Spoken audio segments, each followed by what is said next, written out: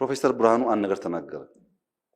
ውይይቱን ያበላሸው አሁን ወቅታዊ ነገር ሸፍኖን አይደለም። ተሳስተሃል። የውይይት ባህል የለንም። በኢህአፓ ጊዜ የውይይት ባህል የላችሁም። ወረቀት ታቀበላላችሁ እንጂ የውይይት ባህል የላችሁም። አንዳንድ ሰዎች መጥተው እዚህ ይናገራሉ። አውቃለሁ እሱ። እነሱ ሰዎች ግን መይሶን ለመስማት ዝግጁ አልነበሩም። ባህሉ የለም። ስብሰባ እናውቃለን። ወር መቀመጥ እናውቃለን። 2 ወር መቀመጥ እናውቃለን። 2 ወር ተቀምጠን ምን አመጣና እናውቅም። እና ውይይት ባህሉ አልነበረም። እንፍጠረው ካልከይ ብቻ ነው ካንተ ጋር መስማማው። ቅድምም ብያለሁ። ከረንሲ እዚህ ያለው ሰው ከረንሲው አይዲያ ነው። እመነኝ፣ ወርቃማ አይዲያ ከመጣ የኢትዮጵያ መንግስት ተኝቶ ባይገባው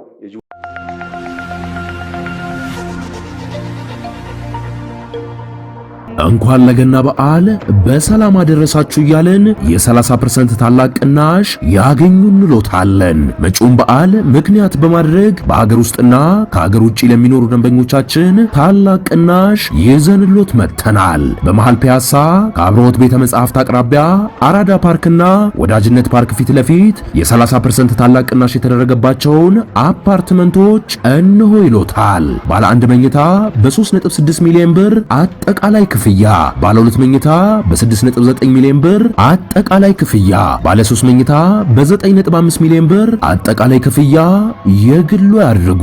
በዚህ ቅንጡ የመኖሪያ መንደር ውስጥ መዋኛ ገንዳ፣ ጂምናዚየም፣ ደረጃውን የጠበቁ ሰፋፊ ሊፍቶች፣ ምቹና በቂ የመኪና ማቆሚያ ቦታዎች፣ ዘመናዊ የደረቅ ቆሻሻ ማስወገጃ፣ አውቶማቲክ ጄኔሬተር የተገጠመለት የከርሰ ምድር ውሃና ለተለያዩ አገልግሎት የሚውል ሰገነትን በአንድ አካቷል። ለበለጠ መረጃ ከታች ባለው ስልክ ይደውሉ።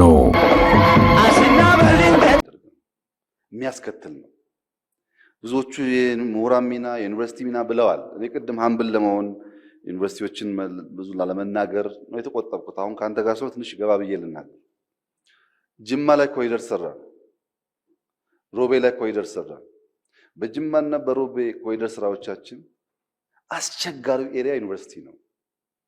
አስቸጋሪው እንኳን ማህበረሰብ ሊቀይር ለመቀየር የማይችል ማለት ነው።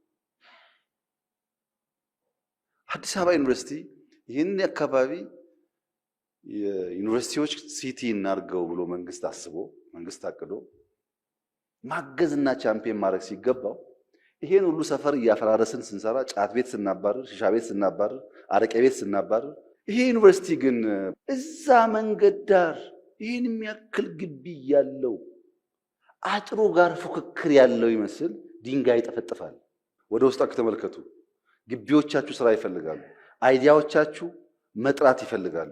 ንግግር እዚሁ ጀምሩ። እዚሁ ይሄ ንግግር ምናልባት በሚዲያ የሚደገፍበትን መንገድ ማሰብ ይቻላል። ዝም ብሎ ለፌስቡክ ሳይሆን ውይይቱ እየታየ በናሽናል ሚዲያዎች የሚተላለፍበት ሌሎች ሰዎች የሚደርሳቸው ከዚህ በኋላስ መቀሌም ባህር ዳርም ምናምንም ይሄን እየተማሩ በየአካባቢያቸው እንዲያስቡ ማድረግ ይቻላል።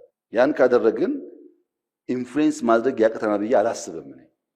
ለምሳሌ ፕሮፌሰር ብርሃኑ ብንወስድ በሩቅ ተቃዋሚ እያለ ተፋላሚ እያለ ከነበረው ኢንፍሉዌንስ በላይ በእኔ መንግስት ውስጥ ካቢኔ ከሆነ በኋላ በጣም ኢንፍሉዌንስ አድርጎኛል። ለካ ተቃዋሚዎች ስራ ይሰራሉ፣ ለካ ኢንስቲቱሽናል ቲንኪንግ አላቸው ብዬ ሞር አክብሬዋለሁ። የድሮ ብርሃኑና የዛሬ ብርሃኑ ለኔ እኩል አይደለም። ድሮ ማስብህ እንደ ፖለቲከኛ እንደ ተፋላሚ ነው። አሁን ግን አንድ ስራ ይዞ መስራት እንደሚታትር ሰው ነው ማስብ። ኢንፍሉዌንስ የመጣው በተግባር ነው። ተሰጥቶ ባታደርገው ያ ኢንፍሉዌንስ አይኖርም። ይህን አካባቢ ተማሪዎች በሰላም ሳይሳቀቁ ወጥተው አንበው ይመለሱበት ስናደርግ ይቀየራል። አብሮት ላይብረሪ ከሰራን በኋላ ከኋላም ከፊት ችግር ነበር። ከፊት የአርበኞች ህንፃ ነበር። በብዙ ልመና በብዙ መተካት ነው ያነሳናቸው። እኛ ቦታ የምናነሳው ለኛ ምንጮት አይደለም። ተማሪዎች ኦፕን የሆነ ስፔስ ካልተፈጠረላቸው በሜሞራይዜሽን ብቻ አናሊቲካል ካፓሲቲ የሌለው ተማሪ አገር አይቀይርም። ያ ደግሞ ዲፕ ቲንኪንግ ይፈልጋል። ከራስ ጋር ማውራት ይፈልጋል። ዛፍ ይፈልጋል። የውሃ ድምጽ ይፈልጋል። ለልጆቹ ነው።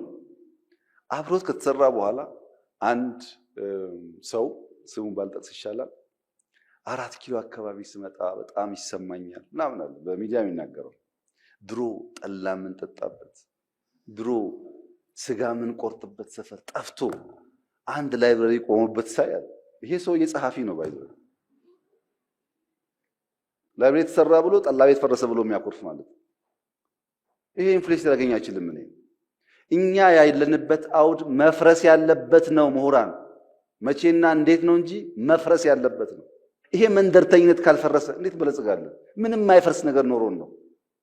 መፍረሱ ግን የተሻለ በሚያመጣ መንገድ መሆን ስላለበት ነው ጊዜ እየወሰደ ያለው። ያንን በጥልቀት ማየት ካልቻል አስቸጋሪ ነው። ፕሮፌሰር ብርሃኑ አንድ ነገር ተናገረ። ውይይቱን ያበላሸው አሁን ወቅታዊ ነገር ሸፍኖን አይደለም። ተሳስተሃል። የውይይት ባህል የለንም። በኢህአፓ ጊዜ የውይይት ባህል የላችሁም። ወረቀት ታቀብላላችሁ እንጂ የውይይት ባህል የላችሁም። አንዳንድ ሰዎች መጥተው እዚህ ይናገራሉ። አውቃለሁ እሱ። እነሱ ሰዎች ግን መይሶ ለመስማት ዝግጁ አልነበሩም። ባህሉ የለም። ስብሰባ እናውቃለን። ወር መቀመጥ እናውቃለን። 2 ወር መቀመጥ እናውቃለን። 2 ወር ተቀምጠን ግን ምን አመጣና አናውቅም። እና ውይይት ባህሉ አልነበረም። እንፍጠረው ካልከኝ ብቻ ነው ካንተ ጋር መስማማው። ቅድምም ብያለሁ። ከረንሲ እዚህ ያለው ሰው ከረንሲው አይዲያ ነው። እመነኝ፣ ወርቃማ አይዲያ ከመጣ የኢትዮጵያ መንግስት ተኝቶ ባይገባው የጅቡቲ መንግስት ይቀበለዋል። የሚሰራ አይዲያ ካለ ከረንሲውን አውቆ የሚጠቀም ሰው ካለ መንግስታት ሁሌም ክፍት ይሆናል። ቅድም ባነሳውልህ ሮቤ ከተማ ሞክረን ነበረ ኮሪደር፣ ትንሽዬ ሙከራ። ጅማም ትንሽዬ ሙከራ አለ። ነቀምት ገና የተጀመረ ነው ያለው። ጅማ በተደጋጋሚ ሱፐርቪዥን ስለሚሄድ ላስቲክ ማንሳት ምናምን ጀምረዋል።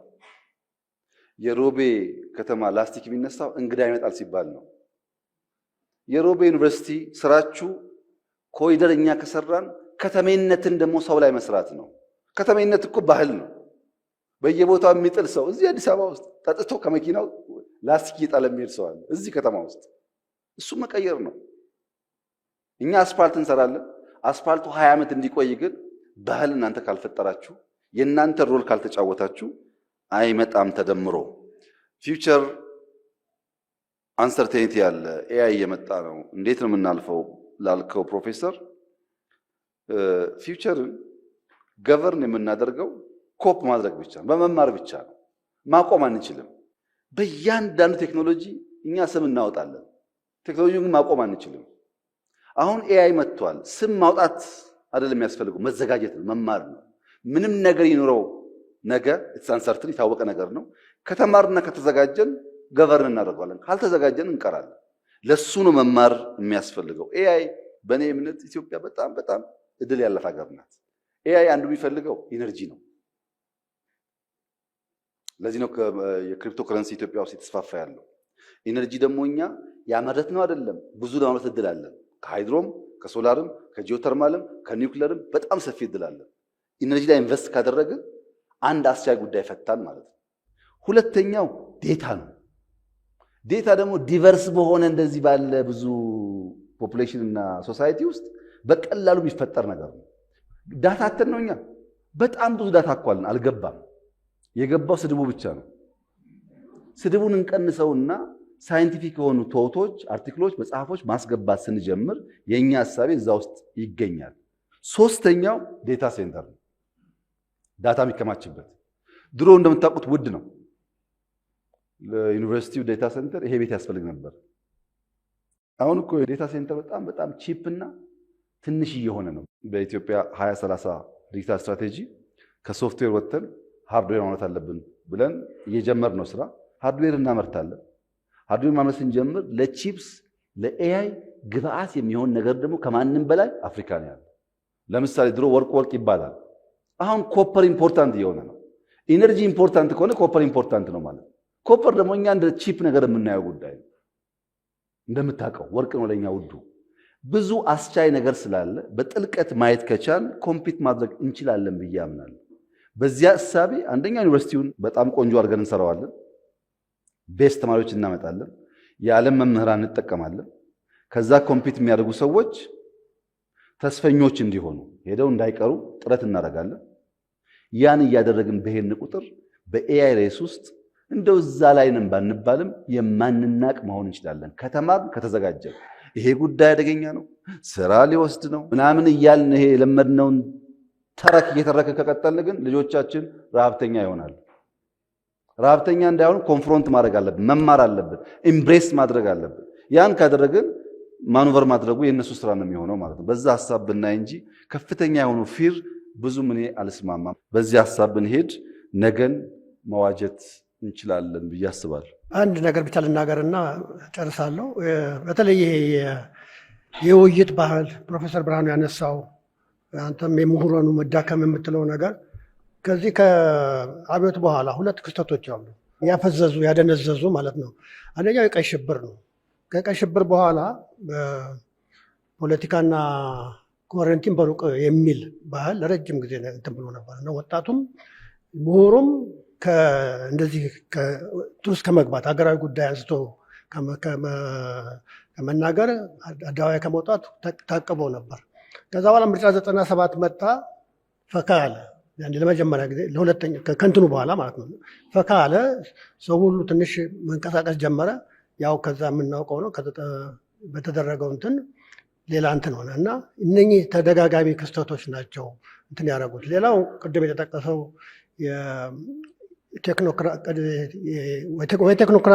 ቴክኖክራት ይሆናል ምሁሩ ወይም ፖለቲካል ፓርቲ ገብቶ አቋቁሞ ለፖለቲካ ስልጣን ይሻማል እና ያ የምንለው ገለልተኛ ነፃ የሆነ ምሁር እየደበዘዘ እየጠፋ ሄደ ይመስለኛል።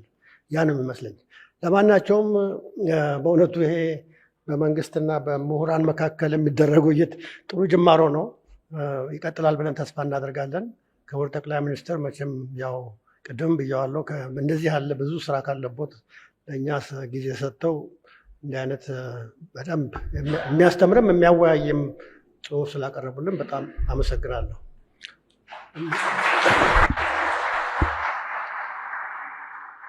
እኔም ስለ እድሉ ስለ መገናኘታችን በጣም አመሰግናለሁ። ጀኑን የሆነም ኤክስቼንጅ እንዲሆን የፖለቲካሊ ኮሬክት ለመሆን ሳይሆን የልባችን እንድነጋገር እንፈልጋለሁ። ከእርሶ ጋር በእንደዚህ መንገድ ለመነጋገር መቻላችንም በጣም ደስ ይለኛል። ግን ውይይቱን የገደለው አንዳንድ ኢንሲደንት ነው የሚለውን እኔ አልስማማም። የ1953 የወርቅነህ ገበየሁ እሳቤዎች፣ የግርማሜና መንግስቱ ነዋይ እሳቤዎች ሀሳብ ሳይሆን ቂም ነው የነበሩት። ሀሳብ አልነበረም። ሀሳብ ቢሆን ኖሮ ያኔው ፖሊስ አዛዥ ከልጃቸው መረጃውን ሰምተው ለማነጋገር እኔ የሚያገባኝ እኔ ባዕድ ነኝ ባላሉ ነበረ። ጃጋማ ኬሎ መንግስቱ ኃይለማርያም ሪቮሉሽኑን መፈንቅለ መንግስቱን ሲያስብ ቢያማክረኝ እኮ አግዘው ነበር ያሉት። ሀሳብ ቢሆን ኖሮ ሳይገደብ ቢንሸራሸር ብዙ ኃይሎች ያቀፍ ነበር። ኢህአፓና መኢሶን ቲፒኤልኤፍ ሲጀኒኑ ምን የሀሳብ ዲፈረንስ አላቸው? ምን ዲፈረንሱ የግምገማና ግምገማ ማራዘም ካልሆነ በቀር ጉዳዩ እሱ አይደለም። አንኳር ጉዳዩን ካላየን በ97 ምርጫ በምናምን ካሳበብን አይሆንም። ከ97 ምርጫም ውይይት አልነበረም። እሱ ከሆነ ውይይት እያልን ያለ ነው።